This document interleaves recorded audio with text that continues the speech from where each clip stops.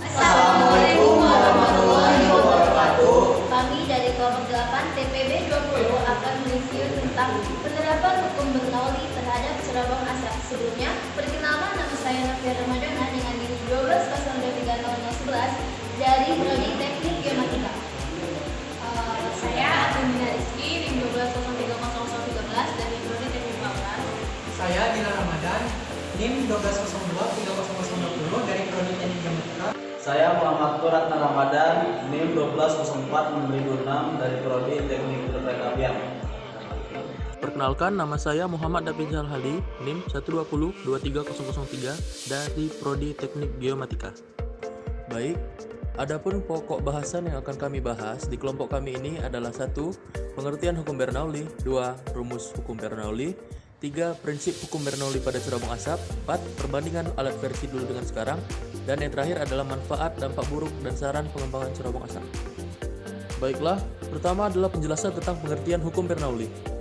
Hukum Bernoulli ditemukan oleh Daniel Bernoulli pada tahun 1700-an di Swiss. Hukum Bernoulli adalah sebuah istilah dalam mekanika fluida yang membahas tentang gerak aliran fluida, zat cair atau zat gas. Hukum Bernoulli berbunyi bahwa jumlah dari tekanan, energi kinetik persatuan volume, dan energi potensial persatuan volume mempunyai nilai yang sama pada setiap titik sepanjang suatu garis lurus. Selanjutnya adalah rumus hukum Bernoulli. Nah, untuk persamaan dari hukum Bernoulli sendiri yaitu P1 ditambah setengah dikali ρ1 dikali V1 kuadrat ditambah ρ1 dikali G dikali H1 sama dengan P2 ditambah setengah dikali ρ2 dikali V2 kuadrat ditambah ρ2 dikali G dikali H2. Dengan ρ adalah massa jenis fluida yaitu satuannya kilogram per meter kubik, G adalah percepatan gravitasi dengan satuan meter per sekon kuadrat, P1 adalah tekanan pada ketinggian 1 dengan satuan Pascal, P2 tekanan pada ketinggian 2 pada satuannya itu Pascal.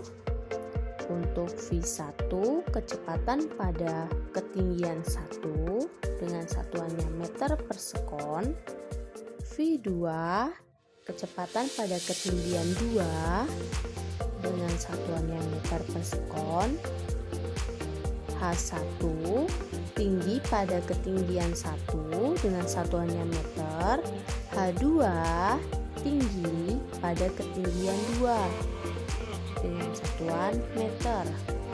Yang ketiga adalah prinsip hukum Bernoulli pada cerobong asap. Prinsip hukum Bernoulli adalah sebuah istilah di dalam mekanika fluida yang menyatakan bahwa pada suatu aliran fluida, peningkatan pada kecepatan fluida akan menimbulkan penurunan tekanan pada aliran tersebut. Lalu, prinsip hukum Bernoulli juga menyebutkan bahwa jika pergerakan aliran udara tinggi, tekanannya menjadi kecil. Sebaliknya, jika laju aliran udara rendah, tekanannya akan besar. Nah, bagian atas cerobong berada di luar ruangan dan terdapat angin yang berembus di bagian atas cerobong. Akibatnya, tekanan udara di sekitarnya lebih kecil. Udara bergerak dari tempat yang bertekanan tinggi ke tempat udara yang bertekanan rendah, sehingga asap dari dalam bisa keluar melalui cerobong asap. Selanjutnya adalah perbedaan antara cerobong versi lama dan versi baru yang sekarang ini. Jadi, pada dasarnya, prinsip kerja antara cerobong asap pada awal ditemukan hingga sekarang masih relatif sama, yaitu sama-sama menggunakan prinsip hukum Bernoulli untuk mengeluarkan asap dari suatu ruangan. Tidak ada yang berubah, mungkin hanya dari desainnya saja yang berubah.